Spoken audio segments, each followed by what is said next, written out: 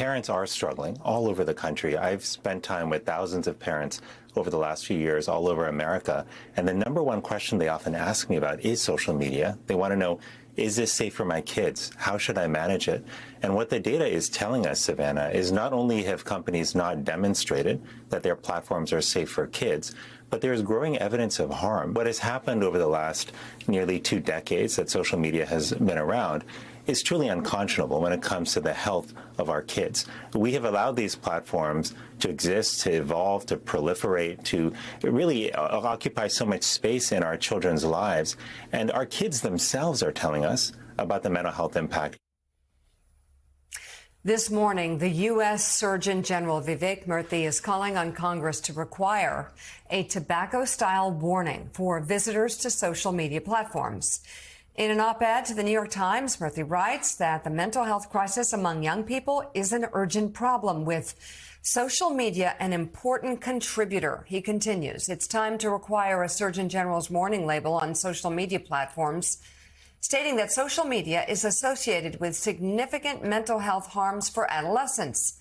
A Surgeon General's warning label, which requires congressional action, would regularly remind parents and adolescents that social media has not been proved safe. So I think this seems like step one, but I don't know how it actually stops kids from doing something that is addictive. So that's going to be step 2 or 3, and I predict this ends up in the legal realm. Well, you know, putting warning labels on cigarettes came after a long, long battle. Right. It came after the tobacco companies learned that their product killed Americans, lied about those studies, covered those studies up, continued selling cigarettes, and continued fighting any regulations. The same thing is happening. It's here. very similar. It's so similar. It's killing kids. Study and adults. after study after study shows that, especially for younger Americans, especially for younger women, but men as well, that social media platforms like Instagram causes anxiety, causes depression, causes suicidal ideation, and in tragic instances, suicide itself, increases bullying. You can go on and on. And Molly, the thing that is so where the parallels are really haunting comes to the studies, the industry studies that the tobacco companies did, where they knew cigarettes were killing their consumers and did nothing about it. Same thing happened with Facebook. They had studies that showed that that their product was causing anxiety and depression and suicidal ideation, and in some instances, suicide, and they covered it up. And then when it was revealed, they lied about it. They tried to clean. I mean, they don't let their kids on it. And again, yes, you look at you talk to so many Silicon Valley tech leaders, they don't let their kids have screen time because they understand that it is the mental health equivalent of handing them a pack of cigarettes. So I think tobacco is a great example here, and I might add oil companies too, right, lying about the environmental effects of some, oil. But I definitely think you're right. And look, Congress has been really hesitant to regulate technology at all. And so we have things we desperately need, like greater algorithmic transparency. Nobody knows how these algorithms work. It's not clear. We know there's differences in the way, if you look at TikTok, there's differences in the way the algorithm works in China versus in the United States, what they point viewers to. And they've been really reticent to share any of that transparency.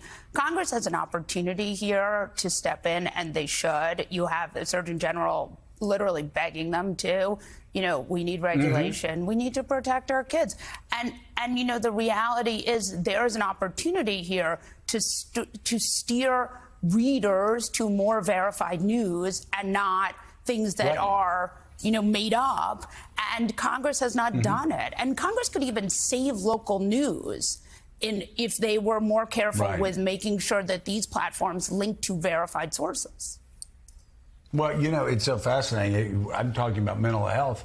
You brought up TikTok, which obviously impacts mental health, but it also impacts political debate. You have the Communist Chinese Party in control of a site that influences how young Americans think.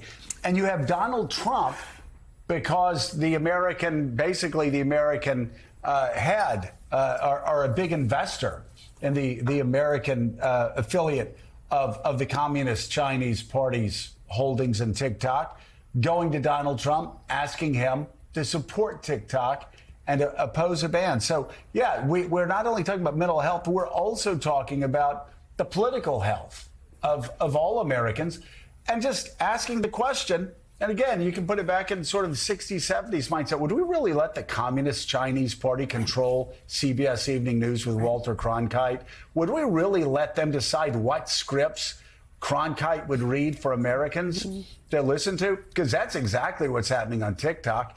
And if you don't believe that, write something about Tiananmen Square and see how viral it gets. Right. Write something about the Uyghurs and see how much it picks up on TikTok. Write something about the oppression in Hong Kong and see how much lift it gets with the algorithms on TikTok. It won't, because, let me say it again, and this is just lunacy. People are going to look back in history and say, how could they let that happen? That's right. The Communist Chinese Party is controlling what news our children see on TikTok. And it's one of the most important sources. I want to get back to the mental health side of this story, though, Reverend Al, because studies have shown also that people of color, their children, are disproportionately impacted as well. Stay on these social media sites even longer. And it has a detrimental mental health impact on them. So this is also an issue of racial justice. Certainly an issue of racial justice. When you look at the fact that there's the depiction and stereotyping and glorifying of a kind of street life that's synonymous with blacks, that's on a lot of these social media sites, and they're the ones that's pushed.